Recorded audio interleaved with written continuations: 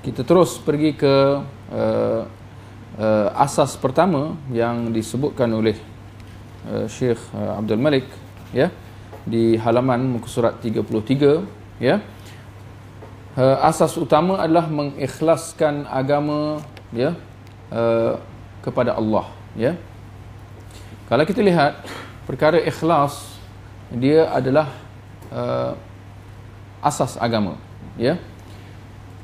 Dan itu jugalah, ya, erti tauhid, ya. Ikhlas itulah yang dimaksudkan dalam tauhid, yang mana yang telah dibawakan oleh para rasul, ya, dan kitab-kitab diturunkan untuknya, dan itu jugalah seruan yang telah diseru oleh para nabi, ya, di mana mereka semua menyuruh kepada tauhid, menyuruh kepada mengikhlaskan agama, ya, untuk Allah semata-mata.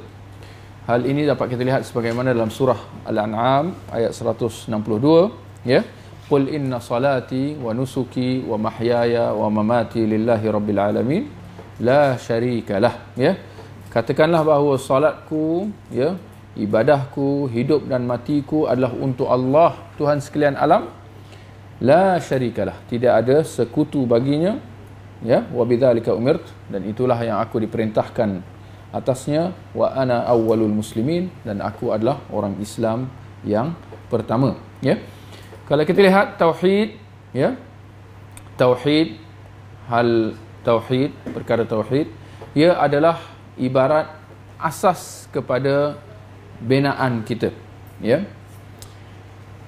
Maka orang yang berilmu, orang yang berkefahaman, dia akan menumpukan perhatian dia dalam membina sesuatu, ya.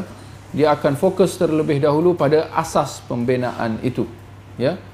Dipastikan supaya asas binaan itu kukuh sebelum dia pergi lebih jauh dalam membina bangunan atau rumah yang ingin dibinanya. Ini berbeza dengan orang yang jahil, ya. Orang yang jahil kerana kejahilan, kerana sikap gopoh, ya, dia akan sedaya upaya dia akan cepat nak siapkan binaan dia.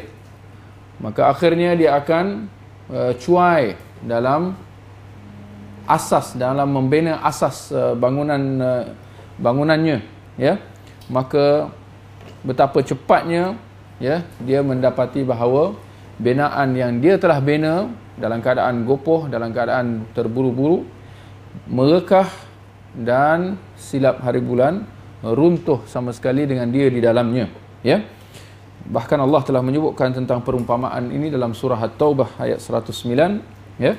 Afaman assasa bunyanahu ala taqwa minallah wa ridwanin, apakah orang yang telah mengasaskan binaannya atas dasar ketakwaan kepada Allah dan keredaannya lebih baik, atau adakah mereka yang mengasaskan binaan dia, ya, dalam keadaan, ya, binaan itu hampir-hampir runtuh, yang mana akhirnya ia benar-benar runtuh dan berkesudahan, dan orangnya berkesudahan di dalam neraka Jahannam, ya. Sudah tentu sahaja orang yang mengasaskan binaannya atas ketakwaan, ya, dan mencari keredaan Allah, itu yang lebih baik, ya. Imam Ibnul Qayyim rahimahullah apabila menyebutkan tentang perumpamaan asas binaan tadi, ya, dia mengatakan asas binaan yang kita sebutkan dalam contoh tadi, dia kembali kepada dua perkara, ya. Yang pertama adalah kesahihan dalam mengenal Allah dan mengetahui perintah-perintahnya, ya. Bermula dengan, ya, kesahihan dalam kita mengenal Allah, kita mengenal Allah dengan benar, dengan cara yang betul, ya. Asas yang kedua adalah dengan kita tunduk taat kepada Allah dan Rasulnya, tidak kepada selainnya, ya. Itu adalah dua asas binaan, ya, untuk nak memastikan binaan kita itu berdiri dengan kukuh, ya. Tuan-tuan dan puan-puan, kita lihat Allah apabila memerintahkan kita ikhlas di dalam ibadah, dalam tauhid, mengesakannya, ya. Allah tidak semata-mata menyuruh supaya kita beribadah kepadanya semata-mata. Tetapi dalam masa yang sama kita dapati Allah memerintahkan supaya kita menjauhi, meninggalkan, ya, ibadah-ibadah, ya, bentuk-bentuk ibadah kepada selain daripada Allah, ya. Maka kedua perkara ini perlu diambil kira, ya. Sebagaimana dalam surah An-Nahl ayat 36, ya, Allah berfirman, "Walaqad ba'atsna fi kulli ummatin rasula an i'budullah wajtanibut taghut." Dan sungguh kami telah utuskan dalam setiap umat yang terdahulu sebelum kamu, wahai Muhammad, seorang rasul, di mana para rasul itu tidak lain dan tidak bukan menyuruh kepada ani'budullah, sembah Allah semata-mata, wajtanibut taghut, dan tinggalkan taghut. Apa artinya taghut? Ini nota pertama. Ni perkataan yang pertama. Untuk paling tidak, ya, taghut, ya, berhukum dengan selain daripada Allah atau ibadah kepada selain daripada Allah, ya. Kerana berhukum itu juga termasuk dalam bentuk ibadah, ketaatan, ya. Taghut maknanya sembahan selain daripada Allah. Dan dia merangkumi segala-gala, tak kira berhala, batu, pokok, bahkan sistem-sistem juga, ya. Kalau sistem itu dipertuhankan, maka dia jadi taghut juga, ya. Dalam surah Al-Anbiya ayat 25 Allah mengatakan, "Wa ma arsalna min qablika min rasulin illa nuhi ilaihi annahu la ilaha illa ana fa'budun." Dan tidaklah kami utuskan sebelum kamu seorang rasul, wahai Rasulullah, kecuali kami wahyukan kepadanya bahawasanya la ilaha, ya, tidak ada Tuhan. Ini satu, dinafikan segala Tuhan-Tuhan, ya, illa ana fa'budun, kecuali aku, kecuali Allah, fa'budun, maka sembahlah akan daku, ya. Maka isbat dan nafi, diisbatkan ketuhanan Allah yang Maha Esa dan dinafikan segala Tuhan-Tuhan yang lain, ya. Dalam surah An-Nisa ayat 36 Allah mengatakan, wa'budullah wa la tusyriku bihi syai'a, dan sembahlah Allah dan jangan sekutukannya dengan apa juga, ya. Maka itu dia, ya, seruan kepada mengesakan Allah dan menjauhi segala sembahan yang lain. Kita lihat, ya, dalam perkara-perkara yang haram yang ditegah, ya, apakah perkara haram yang paling besar pengharaman dia, ya, yang paling utama yang perlu dijauhi, di mana fokus kita semua dalam perkara haram, ya, yang paling kita kena jaga-jaga dan berhati-hati. Apa dia? Ya, syirik, ya, menyekutukan Allah. Inilah perhatian kita sepatutnya, ya, dalam kita menyebutkan benda haram. Bukan benda-benda yang lain, bukan rasuah, bukan gejala sosial, bukan benda-benda zina, benda-benda arak. Ini semua benda haram. Tetapi haram, segala haram adalah syirik. Maka itu yang perlu diutamakan, ya, sebelum kita pergi ke benda yang haram yang lain, ya. Bahkan kita lihat itulah juga wasiat yang telah disampaikan oleh Luqman, ya, kepada anaknya, seperti yang disebutkan dalam surah Luqman, ya, dalam ayat yang ke-13, ya bunayya la tusyrik billah innasyirka la zulmun azim.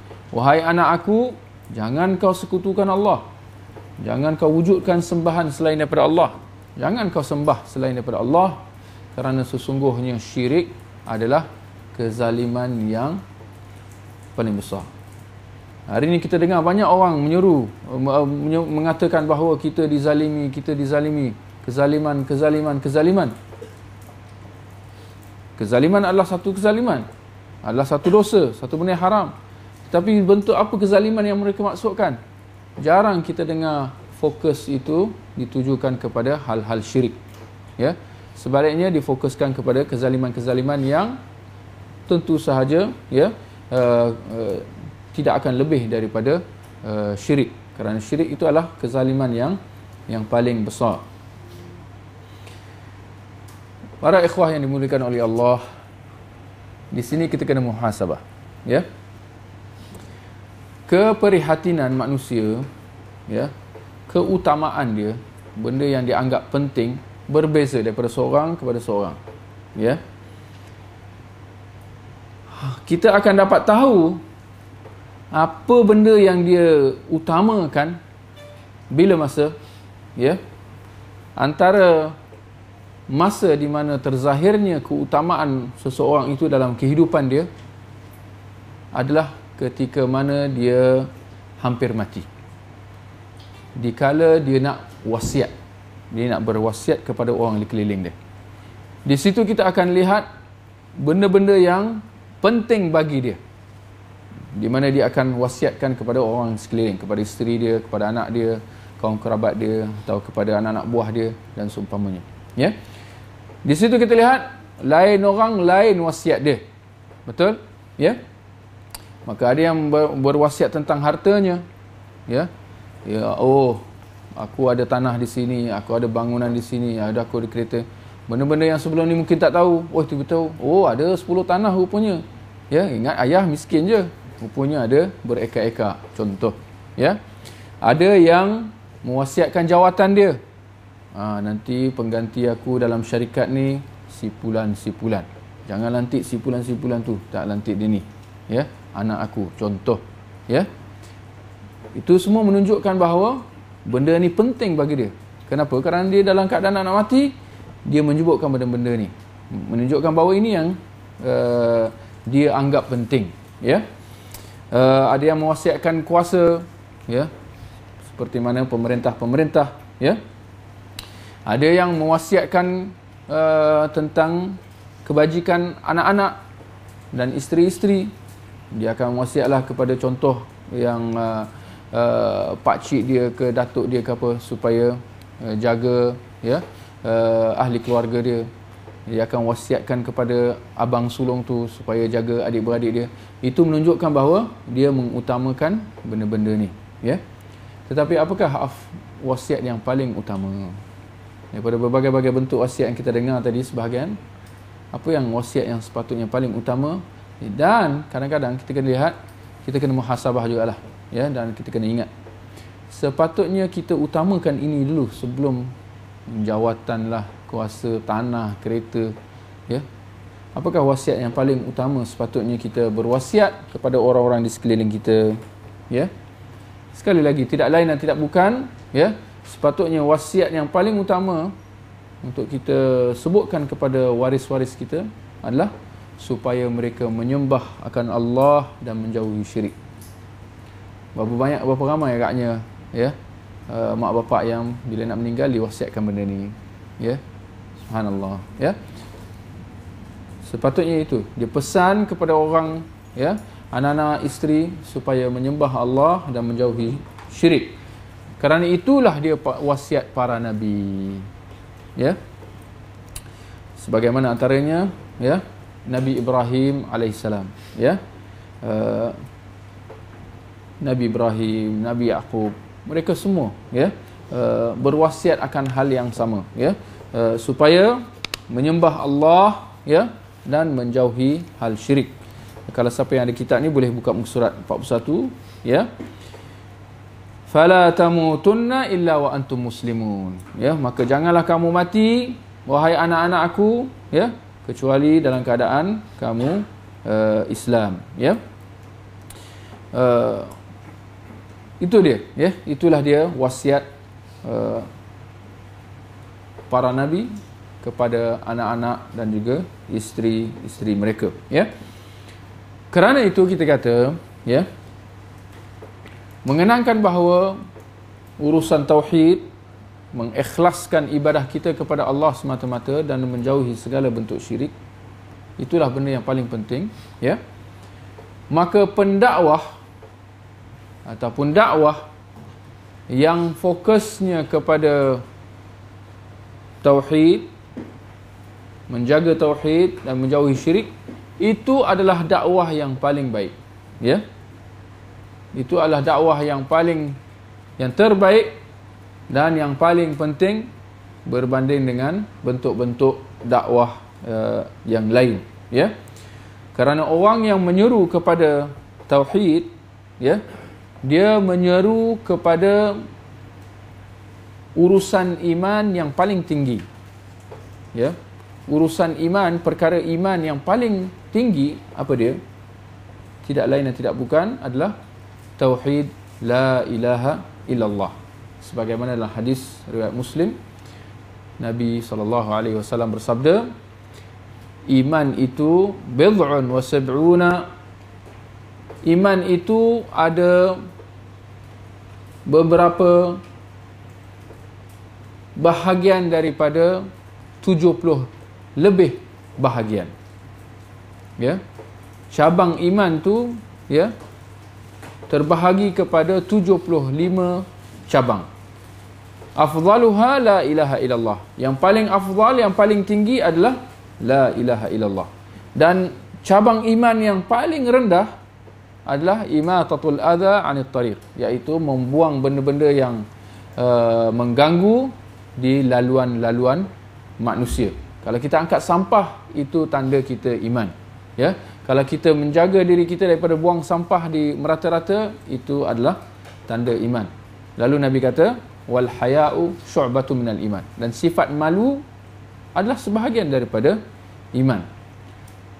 Petunjuk dalil daripada hadis ni adalah yang kita nak sebutkan tadi, ya, bahawa dakwah menyuruh kepada tauhid adalah dakwah yang menyuruh kepada memantapkan aspek iman yang paling tinggi. Ya.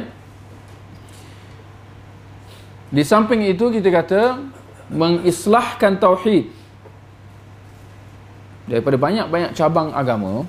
Ya, agama tu ada banyak cabang-cabang dia. Ya, kita ada akidah, kita ada fiqh, kita ada akhlak. Ya, maka mengislahkan akidah ataupun tauhid, ya, ia adalah umpama kita menyucikan hati kita.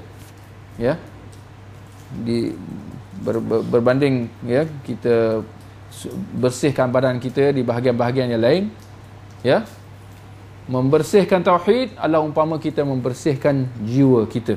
Ya, sebagaimana hadis Bukhari Muslim, Nabi SAW bersabda, ala wa inna fil jasadi mudghah idza salahat salahal jasadu kulluh. Sesungguhnya dalam jasad manusia ni, ya, ada satu ketulan daging, sekiranya dia baik, maka baiklah seluruh tubuh badan tu.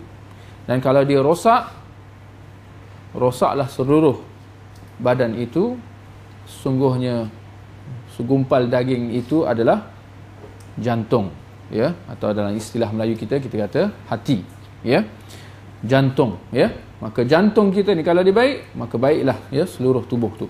Maka begitu jugalah dalam hal tauhid berbanding dengan urusan agama ni. Kalau tauhid kita bersih, suci, betul, maka insya-Allah baiklah seluruh agama kita. Berbanding kalau akidah ataupun tauhid kita rosak, kurang, ada cacat cela, dia akan memberi kesan yang tidak baik juga kepada hal-hal agama kita yang lain. Ya, maka dia semua kembali seperti mana tubuh badan kita, dia semua berpusat kepada jantung ataupun hati. Agama pun dia semua berpusat kepada tauhid ataupun akidah. Ya, maka tuan-tuan dan puan-puan, ya, di sini kita perlu sedari hakikat bahawa semua bentuk-bentuk dakwah yang disebarkan di kalangan masyarakat, bentuk dakwah Islam, ya, yang tidak fokus, yang tidak memberi keutamaan kepada pemantapan tauhid, ya, yang tidak mengutamakan hal akidah, ya, dakwah bentuk seperti ini, ya, dia akan jadi serba kurang, ya, dan dia akan ada cacat celanya, kurang atau lebih, ya. Kita lihat dalam berbagai-bagai bentuk dakwah, ya, siapa boleh sebut, ya, bentuk-bentuk dakwah yang ada yang dilakukan, ya, di dalam masyarakat, ya, bentuk-bentuk dakwah yang berbeza, ya. Tak semestinya dia satu badan dakwah, tak apa juga gerakan kemasyarakatan, ya, ada bagai-bagai, ya. Ada yang memberi keutamaan kepada kebersihan, contoh. Ada persatuan pencinta alam, dia mengutamakan pokok-pokok dan hutan-hutan. Ada lagi, ya. Ada yang memberi keutamaan kepada untuk nak mengislahkan sistem negara, ya. Oh, kita punya sistem pengangkutan ni tak betul, kita kena betulkan. Sistem apa lagi? Sistem perparitan, sistem pipe. Dia beri fokus dia tu pada benda-benda ni, nak betulkan pipe kat negara kita ni, ya. Ada yang fokusnya pada politik, kita kena betulkan kita punya politik, fokus dia pada politik, seperti mana parti-parti politik lah, ya. Ada yang fokusnya pada ekonomi, kita ni orang Melayu kena fokus ekonomi supaya kita semua jadi kaya, ya. Dia fokus dia pada benda macam tu, ya. Dia melihat, oh, masyarakat hidup daif, miskin, maka dia melihat bahawa untuk nak angkat masyarakat, angkat kedudukan masyarakat, maka difokus pada ekonomi. Maka di sini kita kena faham bahawa semua bentuk-bentuk pembaikan ini, ya, jika sekiranya mereka tidak fokus pada akidah dan tauhid, maka akan wujudlah kecacatan, kekurangan, ya, pada usaha-usaha yang mereka lakukan. Jangan terkejut, sebahagian besar daripada kumpulan-kumpulan dakwah, badan-badan dakwah, jangan terkejut, ini realiti. Kita dah sebut tadi tentang kepentingan tauhid, keutamaan kita menjauhi syirik, dan pentingnya bahkan dakwah para rasul semua fokus pada tauhid. Dah sebut baru tadi bahawa mana-mana badan-badan dakwah yang tak fokus pada tauhid, maka dia akan ada kekurangan-kekurangan yang parah. Di sini kita kata reality, kebanyakan badan-badan dakwah mereka tidak fokus pada tauhid. Mereka tidak fokus pada tauhid. Mereka tak fokus pada nak mengislahkan akidah masyarakat. Sebaliknya mereka fokus pada benda lain. Contoh, mereka fokus pada zikir. Mereka fokus pada mengadakan acara yahanana. Orang pun suka. Mereka fokus pada kerja-kerja kebajikan, contoh, ya, dan seumpamanya. Bahkan mereka memusuhi gerakan-gerakan dakwah yang menyeru kepada mengislahkan tauhid. Ini pelik bin ajaib. Sepatutnya mereka suka mengislahkan akidah, mengajak kepada tauhid. Nak apa lagi? Dakwah para rasul semua macam ni, kan? Tetapi realitinya adalah begitu, ya. Mereka memusuhi gerakan-gerakan tauhid ini, ya. Bahkan mereka menuduh bahawa gerakan melemparkan tuduhan-tuduhan yang berbagai kepada gerakan-gerakan tauhid ini, dengan mengatakan bahawa gerakan ini memecah belahkan masyarakat, ya, dengan mendakwa bahawa gerakan seperti ini akan menyebabkan kita mundur. Apa ni gerakan ni, dia nak kita ni kembali ke zaman padang pasir ke? Macam-macam lah ini yang mereka sebutlah. Sedangkan itu adalah dakwah Rasulullah sallallahu alaihi wasallam, ya. Kalau kita lihat Rasulullah sepanjang Nabi berdakwah di Mekah, tak pernah kita dengar dakwah Rasulullah dia fokus pada nak tanam pokok. Dia nak fokus pada mengislahkan sistem perparitan atau nak betulkan ekonomi masyarakat, ya, jahiliah dan seumpamanya. Kerana itu semua tak dinafikan ada keutamaan dia, tapi tidak ada yang lebih utama daripada tauhid, ya. Bahkan begitu juga Rasulullah apabila dia nak hantar dia punya pendakwah, ya, seperti Muadz bin Jabal, Ali bin Abi Talib, ya. Nabi apabila nak utuskan pendakwahnya pergi ke tempat-tempat di luar Madinah, begitu juga dengan Abu Musa al-Asy'ari, ternyata bahawa Nabi pesan supaya benda yang pertama yang bila disampaikan kat sana dia kena fokus adalah tauhid, ya. Mengislahkan tauhid, menyuruh masyarakat kepada menyembah Allah semata-mata dan menjauhi, ya, hal-hal syirik, ya. Baik, itu adalah perkara yang tiang ataupun asas yang pertama dalam dakwah salaf, ya.